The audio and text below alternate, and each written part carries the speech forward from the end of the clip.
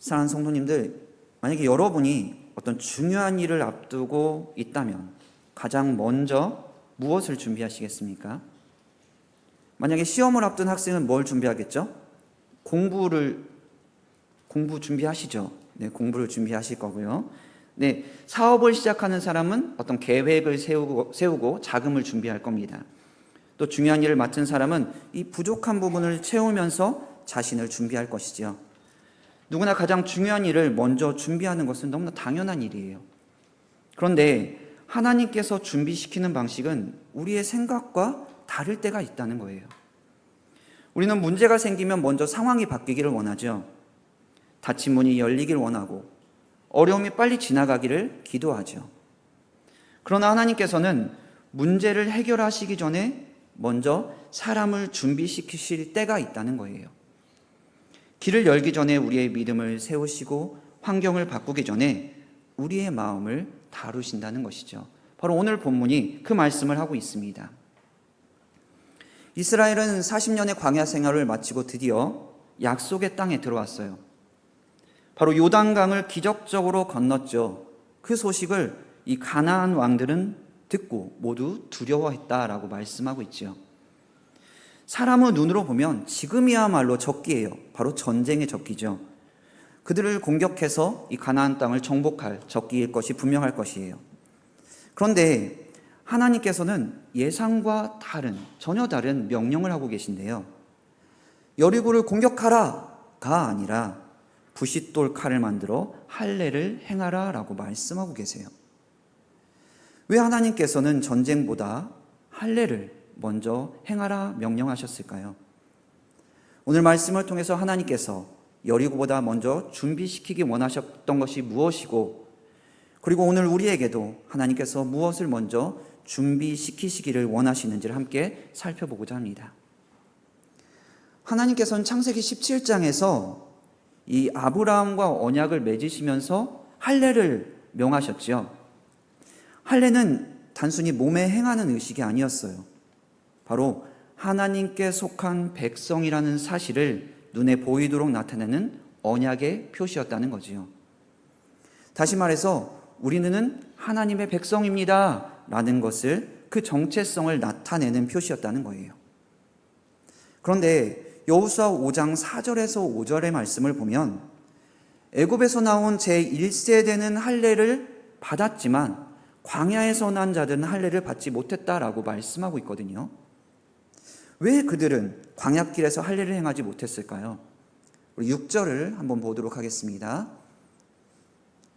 이스라엘 자손들이 여호와의 음성을 청종하지 아니하므로 여호와께서 그들에게 대하여 맹세하사 그들의 조상들에게 맹세하여 우리에게 주리라고 하신 땅, 곧 젖과 꿀이 흐르는 땅을 그들이 보지 못하게 하리라 하시매 애굽에서 나온 족속 곧 군사들이 다 멸절하기까지 40년 동안을 광야에서 헤매었더니, 광야에서 할례를 행하지 못한 이유는 단순히 광야 생활이 힘들었기 때문이 아니라는 거예요. 가데스 바네아에서 하나님의 말씀을 믿지 않았던 그 불순종 때문이었다는 거죠. 하나님께서는 그들의 불신앙으로 인해서 애굽에서 나온 그 세대가 약속의 땅에 들어가지 못하게 하셨고 그들을 40년 동안 광야에서 걷게 하셨다라는 것이죠. 결국 그들의 가장 큰 문제는 이 거인이 아니라, 가나안 땅의 그 거인이 아니라 하나님을 끝까지 신뢰하지 못한 이 불신앙의 문제였다는 것이죠. 바로 여기에서 하나님께서 할례를 먼저 명하신 뜻이 분명하게 드러나고 있습니다. 하나님께서는 여리고보다 먼저 백성의 마음을 회복시키시기 원하셨다는 것이지요. 하나님과의 관계를 바로 세우고 바로 언약 백성으로서의 그 정체성을 확립하게 하기 위해서, 회복하게 하시기 위해서 바로 할례를 명하셨다는 겁니다. 그러면 왜 하나님께서는 이렇게 일하셨을까요? 바로 가나안 정복이라는 것은 이스라엘의 힘으로 이루어지는 전쟁이 아니라 하나님께서 친히 싸우시는 거룩한 전쟁이었기 때문입니다. 하나님께서는 승리보다 먼저 하나님을 신뢰하는 백성을 원하셨다는 것이죠. 그래서 약속의 땅을 맡기시기 전에 먼저 그들을 언약 백성으로 준비시키셨다는 겁니다. 하나님께서는 모세도 곧바로 사용하지 않으셨죠. 바로 미디안 광야에서 그를 낮추셨고 준비시키신 후에야 출애굽의 지도자로 세우셨습니다. 오늘 우리도 마찬가지입니다. 우리는 예수님을 믿는다고 고백하는 자들이죠. 그런데 어느 순간 현실 앞에 이 어려움이 생기면 하나님의 약속보다 눈앞의 형편을 더 먼저 보게 됩니다. 하나님의 말씀보다 내 경험과 내 계산을 더 의지할 때가 많이 있지요. 그러나 하나님께서는 그런 우리에게 이렇게 말씀하시죠. 믿음의 주요 또 온전하게 하시는 이인 예수를 바라보자.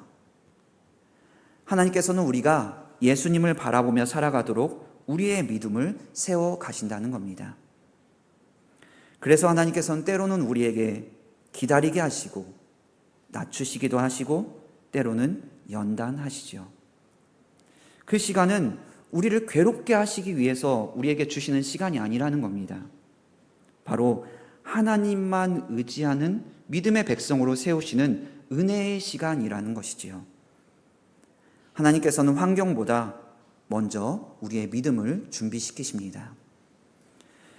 이스라엘 백성에게 할례는 하나님과의 언약을 다시 확인하는 표였죠. 하나님께 속한 백성이라는 정체성을 회복하는 은혜의 표였다는 거예요. 그런데 하나님께서는 단지 그 몸에 남는 표시만을 원하신 것이 아니라는 것을 우리는 분명히 기억해야 한다는 사실입니다. 언약 백성이라면 그 정체성에 걸맞게 하나님의 말씀을 따라 살아가기를 하나님께서는 원하셨다는 거예요. 우리는 예수 그리스도 안에서 하나님의 백성이 되었죠. 하나님께서는 바로 우리에게도 이런 믿음을 원하세요. 믿음은 단순히 아는 것이 아니라 삶으로 드러나야 하죠. 예수 그리스도를 믿었으면 그 믿음이 삶으로 드러나야 한다는 것입니다. 말씀을 아는 것과 말씀을 믿고 순종하는 것은 분명히 다르지요. 순종은 내 능력을 믿는 것이 아니라 바로 하나님의 약속을 신뢰하는 믿음의 표현인 것이죠. 그 순종은 거창한 일에서 시작되는 것이 아닙니다. 자녀 때문에 마음이 무거워도 하나님을 원망하기보다 기도하는 것, 손해를 보더라도 정직하게 살아가는 것, 용서하기 어려운 사람을 품는 것이 믿음의 순종의 모습인 것이지요. 하나님께서는 오늘도 자신의 생각보다 하나님의 말씀을 신뢰하며 순종하는 사람을 통해 일하신다는 사실을 분명히 기억하셨으면 좋겠습니다. 이스라엘도 바로 이러한 믿음을 배우고 있었죠. 그러나 하나님께서 하신 일은 할례를 통한 정체성의 회복에서 끝나지 않습니다. 이제 하나님께서 준비된 백성이 하나님만 의지하며 살아갈 수 있도록 한 걸음 더 인도하시는데요. 8절 말씀입니다. 또 그 모든 백성에게 할례 행하기를 마침에 백성이 진중 각 처소에 머물며 낫기를 기다릴 때에. 할례를 마친 후에 바로 전쟁터로 나가지 않았어요. 하나님께서는 그들에게 머무는 시간을 허락하셨다는 겁니다. 이것은 단순히 시간의 지연을 의미하는 것이 아니거든요. 바로 승리를 앞두고 하나님께서 허락하신 준비의 시간이었다라는 사실입니다. 모든 남자가 할례를 받은 상태였기 때문에 그들은 매우 위험한 상태였겠지요. 적들이 분명히 침범했었을 때 감히 대적할 수가 없는 상태였을 거예요. 그런데 우리가 말씀을 보면 그들에게 하나님께서는 아무도 그들을 건드리지 못하게 하셨다는 것을 분명히 볼 수가 있다는 사실입니다. 바로 이 기다림의 시간은 하나님의 보호 안에 머무는 시간이었다는 사실입니다. 그 기다림 속에서 이스라엘은 자신들이 하나님의 언약의 백성이며 하나님의 때와 방법을 신뢰하며 살아가야 함을 배웠을 것이지요.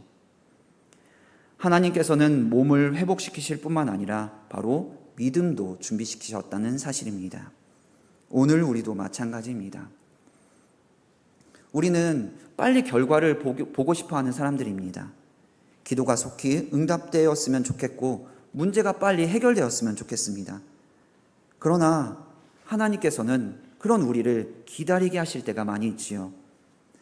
오랫동안 기도했는데 자녀가 아직 하나님께 돌아오지 않을 수 있고요. 건강을 위해서 열심히 기도했는데 병이 쉽게 낫지 않을 때가 있습니다. 또 경제적인 어려움 때문에 기도했는데 생각보다 그것도 오래 갈 때가 있지요. 그럴 때 우리는 이렇게 말하죠. 하나님은 왜 아직도 일하지 않으시지? 라고 묻게 되는 경우가 있습니다. 그러나 그 시간은 하나님께서 침묵하시는 시간이 아니심을 분명히 아셨으면 좋겠습니다. 오히려 하나님만 더욱 신뢰하도록 우리를 빚어가시는 은혜의 시간이라는 것이죠. 하나님께서는 그 기다림을 통해서 우리의 조급함을 내려놓게 하시고 하나님을 더욱 신뢰하는 사람으로 준비시키셔서 하나님의 때에 사용하신다는 사실입니다. 그 기다림의 시간 속에서 하나님께서는 새로운 은혜를 선포해 주시는데요. 9절입니다. 여호와께서 여호수아에게 이르시되 내가 오늘 애굽의 수치를 너희에게서 떠나가게 하였다 하셨으므로 그곳 이름을 오늘까지 길갈이라 하느니라. 하나님께서는 순종하며 기다리는 백성에게 과거의 수치를 거두시고 새로운 출발을 허락하셨다는 겁니다. 여기서 애굽의 수치를 떠나가게 했다라는 말은 단순히 이 과거의 부끄러운 기억을 없애버렸다라는 것이 아닙니다. 바로 애굽의 종이었던 과거와 광야에서 불순종으로 인한 그 수치를 뒤로하고 다시 언약 백성으로 세워주셨다라는 말씀이라는 거죠. 중요한 것은 할례 자체의 능력이 있었던 것이 아니라 바로 언약에 신실하신 하나님께서 그들의 수치를 거두시고 새롭게 그들을 받아주셨다라는 사실이라는 겁니다. 길갈은 바로 그 하나님의 은혜를 기억하는 자리였다는 거죠. 하나님께서는 실패의 과거보다 언약의 은혜를 먼저 선언하셨습니다. 오늘 우리도 살아가면서 이 과거의 실패와 죄책감 때문에 마음이 무너질 때가 많이 있죠. 나는 이미 늦었어. 나는 하나님께 쓰임받을 수 없는 존재야. 라고 이렇게 생각할 때가 있습니다. 그러나 하나님께서는 우리의 과거보다 은혜를 먼저 말씀해 주십니다. 예수 그리스도 안에서 우리의 죄를 용서하시고 하나님의 자녀로 삼아 주셨지요. 하나님은 우리를 과거에 머물게 하시는 분이 아니라 은혜 안에서 다시 일어나 새롭게 살아가게 하시는 분이심을 믿으시길 바랍니다. 그리고 하나님께서는 그 새로운 출발을 하나의 선언으로만 남겨두지 않으셨습니다. 이제 백성은 길갈에서 유월절을 지키게 되는데요. 10절 말씀입니다. 또 이스라엘 자손들이 길갈에 진쳤고 그달 14일 저녁에는 여리고 평지에서 유월절을 지켰으며, 이 광야에서는 온전히 지키지 못했던 유월절을 약속의 땅에서 다시 지키게 되었다라고 말씀하고 있죠. 이 말씀은 바로 하나님께서는 그 싸움보다, 전쟁보다 먼저 예배를 회복시키셨다는 말씀입니다. 그것은 이 앞으로의 승리가 군사력이나 어떤 전략이 아니라 자신들을 구원하신 그 하나님께 달려있음을 기억하게 하시기 위함이었다는 것이죠. 여리고를 향해 나아가기 전에 먼저 하나님의 은혜, 하나님의 구원의 은혜를 기억하게 하신 것입니다. 오늘 우리에게도 마찬가지입니다. 우리는 문제가 생기면 해결 방법을 먼저 찾으려 하죠. 그러나 하나님께서는 문제를 해결하기 전에 그 문제를 보지 말고 먼저 하나님을 바라보기를 원하신다는 사실입니다. 그래서 예배를 통해 하나님의 은혜를 기억하게 하시고 기도를 통해서 하나님을 의지하게 하십니다. 하나님의 은혜를 기억하는 사람은 환경보다 하나님을 더 신뢰하며 살아갈 수 있는 것이지요. 이 유월절은 장차 오실 예수 그리스도를 가리키는 예표이죠. 예수님께서는 하나님의 어린 양으로 십자가에서 우리를 죄와 사망에서 구원하셨습니다. 그러므로 오늘 우리의 구원은 우리의 행위가 아니라 바로 그리스도의 십자가 은혜 위에 서 있다는 사실을 기억하셨으면 좋겠습니다. 그리고 하나님께서는 예배만 회복시키신 것이 아니라 이 약속의 땅에서 살아갈 새로운 공급도 해결해 주셨는데요. 바로 11절 말씀입니다. 유월절 이튿날에 그 땅의 소산물을 먹되 그날의 무교병과 볶은 곡식을 먹었더라. 유월절을 지킨 다음 날에 이스라엘은 처음으로 약속의 땅의 소산을 먹었답니다. 이는 하나님께서 약속하신 땅에서 새로운 삶을 시작하게 하셨다라는 것을 보여주고 계시죠. 12절 말씀입니다. 또 그 땅의 소산물을 먹은 다음 날에 만나가 그쳤으니 이스라엘 사람들이 다시는 만나를 먹지 못하였고 그의 가나안 땅의 소출을 먹었더라. 40년 동안 내려주셨던 그 만나가 그쳤습니다. 이제 하나님께서는 광야의 방식이 아니라 이제 약속의 땅에, 즉 가나안 땅의 방식으로 백성을 먹이기 시작하셨다는 말씀이시죠. 광야에서는 만나로, 약속의 땅 가나안 땅에서는 그 땅의 소산으로 먹이셨습니다. 즉 공급의 방법은 달라졌지만 백성을 하나님께서는 끝까지 책임지셨다라고 말씀해 주고 계신 것이죠. 오늘 우리도 하나님의 돌보심은 언제나 같은 모습으로만 나타나지 않죠. 어떤 때는 사람을 통해 도움을 주시고, 또 어떤 때는 예상하지 못한 길을 열어주시고, 어떤 때는 문제를 곧바로 해결하기보다 어려움을 견딜 힘과 평안을 먼저 주시기도 하시죠. 이렇게 공급의 방법은 달라질 수 있지만 우리를 끝까지 책임지시는 하나님은 언제나 변함이 없으시다는 사실입니다. 하나님께서는 할례로 언약 백성의 정체성을 회복시켜 주셨고 유월절로 구원의 은혜를 기억하게 하셨으며 만나를 통해서 약속의 땅에서 새로운 삶을 시작하게 하셨습니다. 하나님은 여리고보다 먼저 백성을 준비시키셨고 준비시키신 백성을 끝까지 책임져 주셨지요. 무엇보다 하나님께서 우리에게 주시는 가장 큰 공급은 예수 그리스도이십니다. 예수님께서는 내가 생명의 떡이다 라고 말씀하시죠. 광야의 만나가 이스라엘의 육신을 살렸다면 예수 그리스도는 우리에게 영원한 생명을 주시는 참된 생명의 떡이십니다. 사랑하는 성도님들, 우리는 여리고가 먼저 무너지기를 원합니다. 하지만 하나님께서는 먼저 우리 안에 믿음을 세우기를 원하신다는 사실입니다. 그래서 때로 하나님께서는 우리를 기다리게 하시지요. 기도가 더디게 응답되는 것 같고 일이 생각보다 늦게 이루어지는 것 같기도 하지만 하나님께서는 절대 우리를 외면하시지 않는다는 사실입니다. 하나님은 그 기다림 속에서 우리를 하나님의 사람으로 빚어가고 계신다는 사실이지요. 그러므로 기다림의 시간을 낙심으로 보내지 않으셨으면 좋겠습니다. 하나님께서 지금도 가장 선한 길로 우리를 인도하고 계심을 믿으시고 하나님의 손길에 우리를 맡기셨으면 좋겠습니다. 하나님은 여리고보다 먼저 백성을 준비시키셨고 오늘도 우리를 먼저 준비시키십니다. 오늘도 하나님께서 준비시키시는 손길 앞에 믿음으로 순종하며 하나님의 백성답게 살아가시는 저와 여러분 되시길 주님의 이름으로 축원합니다. 함께 기도하도록 하겠습니다.